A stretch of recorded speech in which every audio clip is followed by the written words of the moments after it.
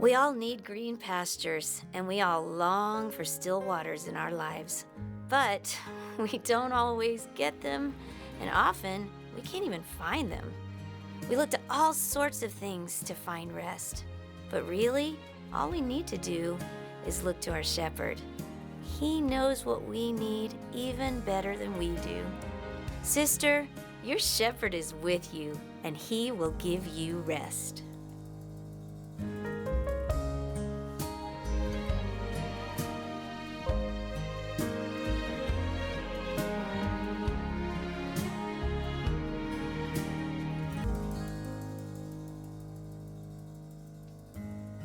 Well, we are in verse 2. I hope you had a good time just spending time with your shepherd this week.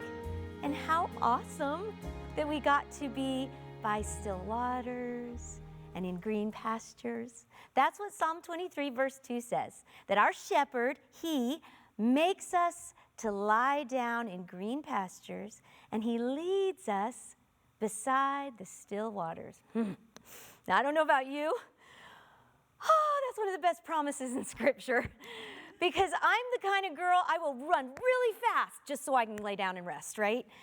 We need rest. In fact, I don't think I'm the only one who has trouble resting, right? I think a lot of women struggle with this.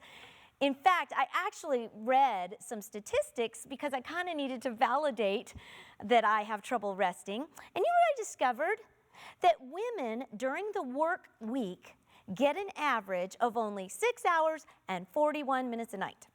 And we all know we're supposed to get about 8, right? So that means a lot of us are running on a rest deficit.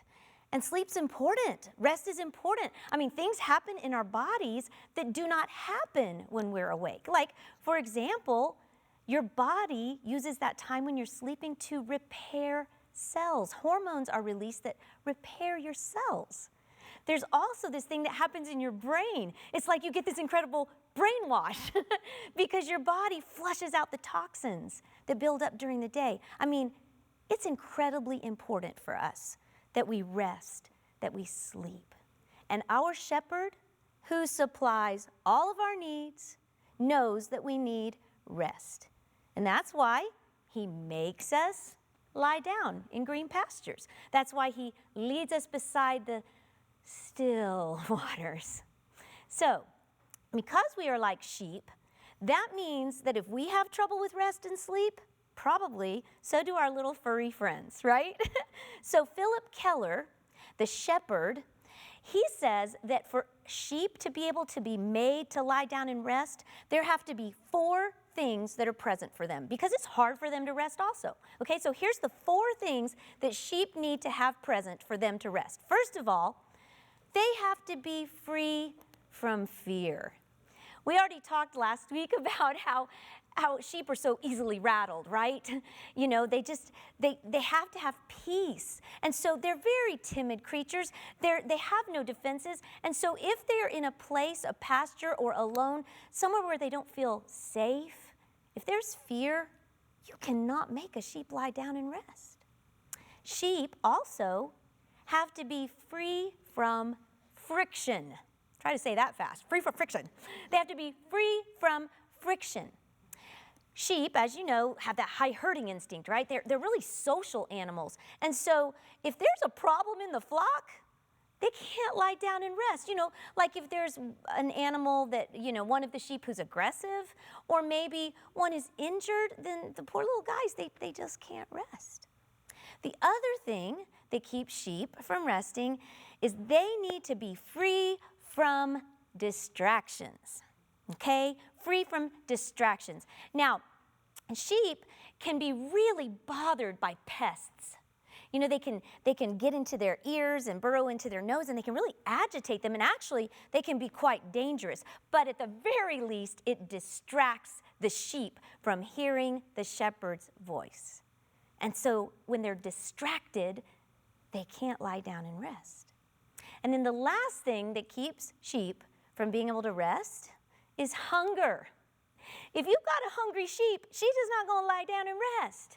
She just can't. She's discontent, she's unsettled, and she will not rest if she's hungry.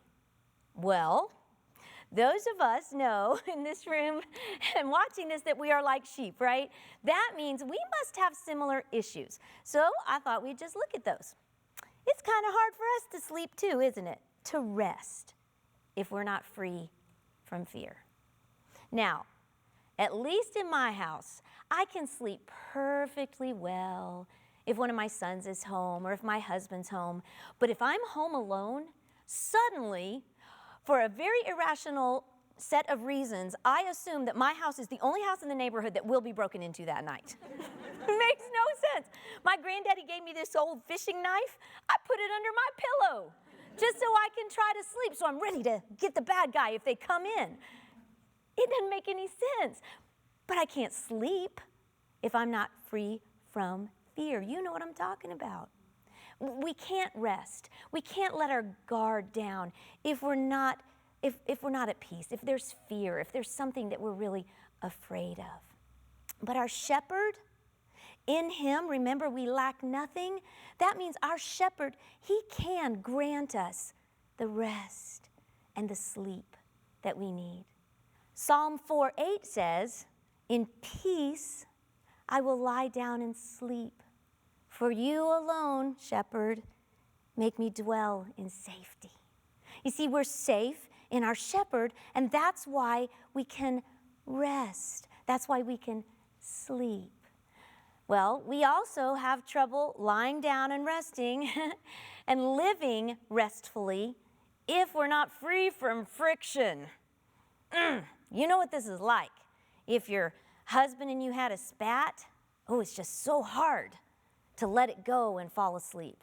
Or maybe there's tension in your home. Maybe your teenager has just rolled his eyes at you one too many times. And you go to bed and you toss and you turn and you pray and you wonder and you rewind. What did I do wrong? What can I do right? What's wrong with him? You can't sleep. When there's friction, when you feel unloved or rejected, when there's something in your relationships that just isn't right, then you don't feel right. And it's hard to rest. Do you know that's why Paul tells us in the book of Ephesians in chapter 4, verse 26, that we are to not let the sun go down on our wrath? I mean, the Lord is just being super practical for us. You know why? Because you're not going to sleep anyway.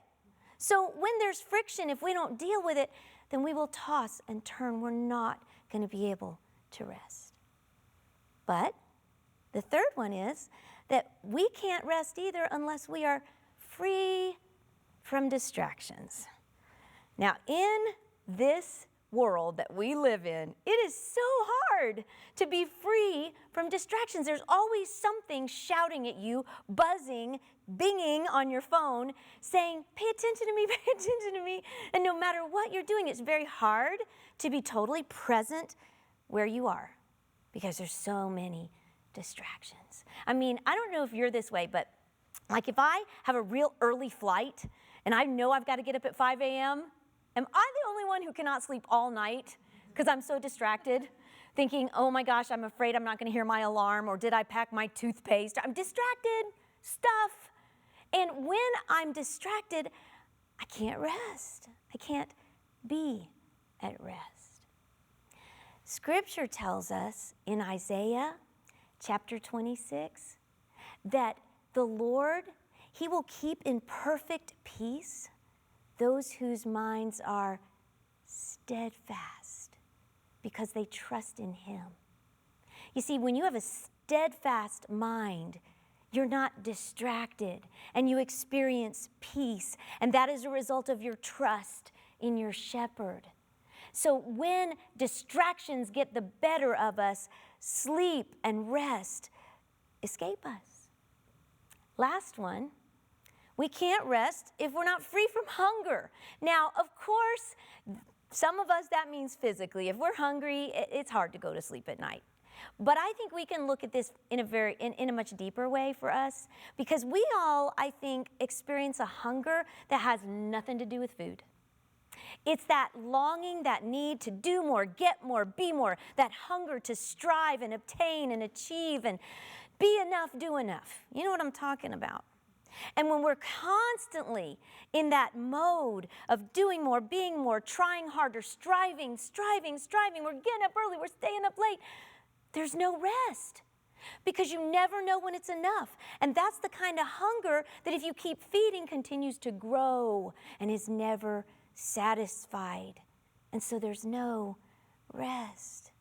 But Psalm 127 verse 2 tells us that it's vain. It's vain to rise up early and to stay up late and to toil for food to eat. Why? Because it's God who gives sleep to the ones he loves. And so our shepherd knows that we, like sheep, need a little help. We need to be made to lie down in a green pasture and rest. We need to be led by a still water so that we can be at peace. Now, this week, as you studied, I don't know what you thought about this, but you got to do a lot of grammar searching, didn't you? And so I don't know if we have any grammar geeks who are in heaven, and some of you were like just happy to get to the green pasture day, so you were done with all the parts of speech, but we're going to look at two of those parts of speech tonight because they help us understand exactly what our shepherd does for us. So first of all, he makes us lie down. He makes us lie down in a green pasture. Well, I'll be honest with you. I read that so many times and I prayed through it and I meditated and I thought, man, that just sounds so forceful of God. Like, okay, that's enough. I'm making you lie down. It sounds like he just puts his hand on the top of the sheep and shoves, and down she goes. He makes me. It sounds forceful. So as I studied that part of speech and I looked at the original Hebrew, it can also be interpreted as he settles me down. He settles me down. But the word makes is also correct. And I just couldn't figure out how to intersect makes and settles me down until I was in the at-home store with my husband, Phil. So we were searching for a new comforter because it doesn't matter what comforter I have on my bed, I need a different one. It's either too heavy or too light. Too cool, too hot, you know what I'm talking about. Well, because I have so many issues with trying to find the perfect comforter, I have to buy cheap comforters to support my habit. And so we were at the at-home store because we could find some that were better priced. Well, Phil was being super patient. That's my husband, by the way. He's being super patient. But a man can only be in the at-home store so long, okay, without his head exploding. So Phil says to me, you just wait here, and I'm going to run up and down the comforter aisles, you know, because there's like 12 of them, and I'll come back with a few samples. So as I'm standing there, I overhear a little family on the aisle next to me. And I know that that's the aisle where all the pillows are. And it's evidently World's Most Patient Mom with her two little boys. And as I can hear their conversation, I realized that they were evidently shopping for pillows for the little boys' new bunk beds, okay? So I can hear these two little guys, Mommy, I want the Michael Jordan pillow. I want the Michael Jordan. And then I hear the other little boy's voice. No, Mommy, I want the fuzzy ball. Mommy, I want the basketball. Mommy, get the fuzzy ball. Get the Michael Jordan, fuzzy ball, Michael Jordan. Well, then I hear World's Most Patient Mom cut in, and she says, no, wait, don't pull that down. Don't touch that. I will get you the Michael Jordan. Here, you wait here. Wait, I will get. And then there was radio silence.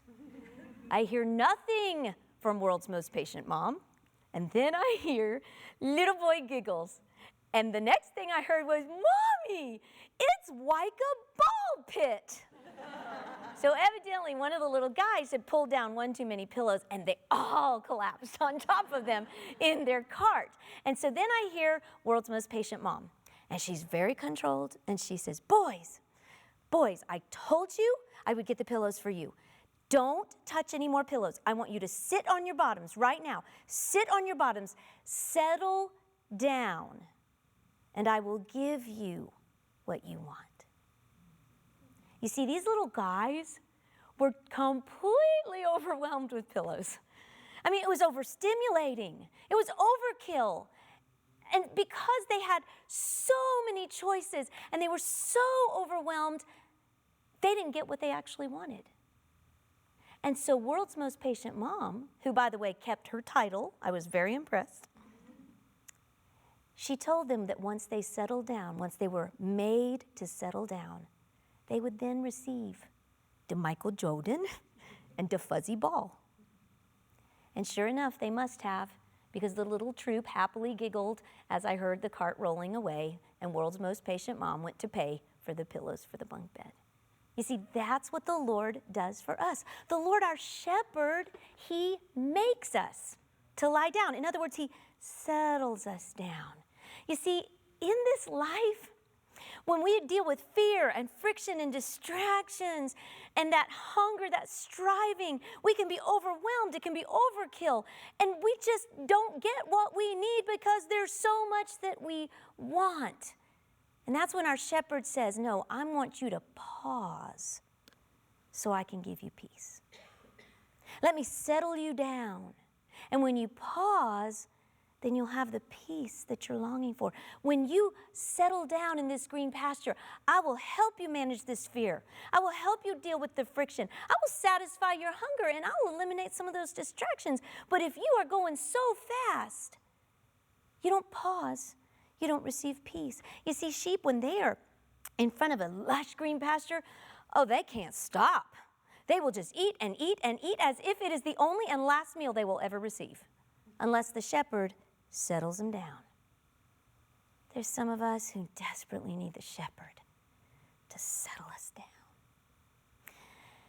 I think sometimes we misunderstand and think that Psalm 23 verse 2 is about rest, but it's not.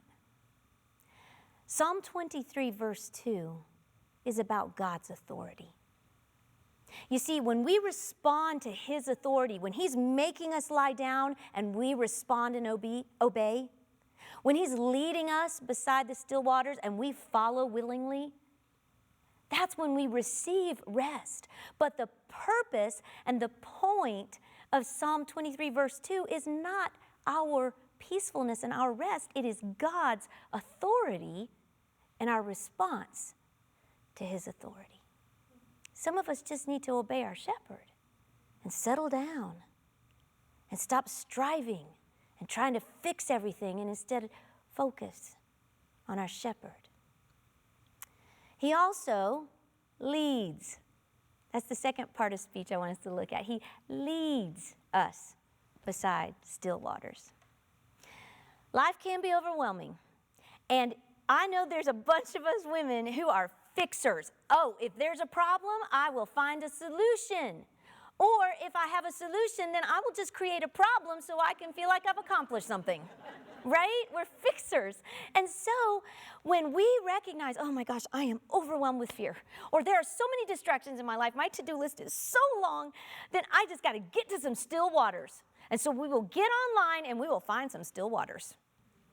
Whether it's a massage, whether it's a retreat, whether it's a vacation, whether it's a self-help book, we will find some still waters. But we as sheep, we don't need to look for still waters.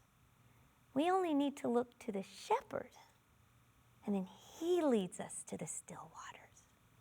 Because you see, the shepherd only knows what our needs truly are, and therefore how to meet those needs. So we look to the shepherd instead of for the water. Because otherwise, we will settle for lesser water, hoping it will quench our thirst, when the living water is offering us something that will truly, deeply satisfy our hunger, remove distractions, eliminate our fears, and help us understand how to have peace in the places where friction is just dogging us. But sometimes, still waters do not look like what we expect. And I learned this in January. It was just a couple of weeks after spending that great lunchtime with my friends at Tasia, and then we went shopping to the boutique. Remember that? Well, it was only about a week later that I was working on my computer, and my computer talks. So I know I've already told you this, but just in case you were taking notes and not listening, I'm blind. all right? So because I'm blind, I have to remind myself, I figure I need to remind you. Because I'm blind, I have technology on my computer that talks to me. And not only am I a writer, so I'm super dependent on my computer, but being blind, like everything you can jot down on a Post-it note, or you notice something on your counter and you remember that helps trigger a memory that you need to buy it at the grocery store, anything like that. I got none of that. So my whole brain is in that little laptop. And so here I was working away on my laptop and it stopped talking to me.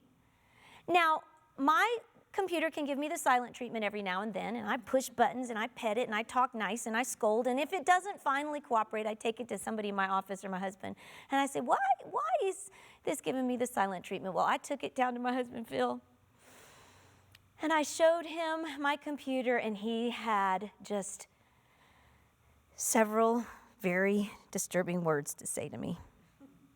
He said, "Oh, blue screen of death. The dreaded blue screen of death," which meant my computer was not giving me the silent treatment. It meant my computer was no longer capable of talking to me. The blue screen of death. Well, so I panicked, of course, for just a few minutes on what do I do? There's my brain. It's silent. I got nothing. And so my husband tried to play around with it. It wasn't cooperating. He takes it the next day to a computer fixer, and this computer fixer says to my husband, "Oh my, this hard drive is completely clean. It doesn't look like data has ever been on it." Yes. And so that meant this computer is useless. And that meant I felt the same way. Well, it was only a few days later that I got the flu. So here I was on my red couch with the flu, with no computer, and I had my iPhone, and it was talking to me, and I could only think about all I wanted. I want to get my independence back. I want to get this computer fixed. I had a manuscript due. I want to get this written. I had a Bible study I was working on, and I had already done so much of it, and I want to get this done. And instead of lying in a green pasture, I was lying on a red couch, and I was not happy about it. Well, I got well enough over the flu, and I went on a trip, and lo and behold, on that ministry trip, I got a bladder infection. So I came right back home, and I laid right back on that red couch. And that's when I started just memorizing and meditating on Psalm 23. The Lord is my shepherd. I shall not want. And do you know that it took 3 months for me to get a computer back? And within those 3 months, I was having to work by dictating, by trying to dictate my manuscript on my iPhone. I was moving so slowly, and it frustrated me until it dawned on me one day that my brain could breathe. And my brain hadn't been able to breathe for a solid year. And even though I was disappointed because the Bible study that I was writing was gone, what the Lord was doing in me was leading me to still waters where I could drink of Him and realize that no, the Bible study I needed to write was the one I was living and learning at that moment, and that was Psalm 23. You see, I wanted to be lying down in a green pasture, and I didn't realize it looked like a red couch. When the Lord led me by still waters, yeah, I wanted to be riding the rapids, but I needed still waters. Here's the thing, girls. Here's how you know it's still waters. When it quenches the thirst in your soul that you didn't even know you had. There's some of you in this room who, you are so thirsty. Your soul is parched. And you're drinking from lesser water because you think you know where to find still waters. When the shepherd is saying to you, no, you be still. Look to me, and I will lead you to the still waters. When we position ourselves under our shepherd's authority, we really do receive rest. R-E-S-T. Reduce our fear. That's what our shepherd does for us. He reduces our fear. He eliminates that friction. He simplifies all those distractions. And ultimately, we taste and see that the Lord is good. And all the sisters said, Mm-hmm.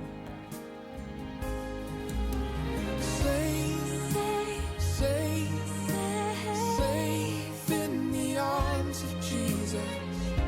Safe, I'm safe.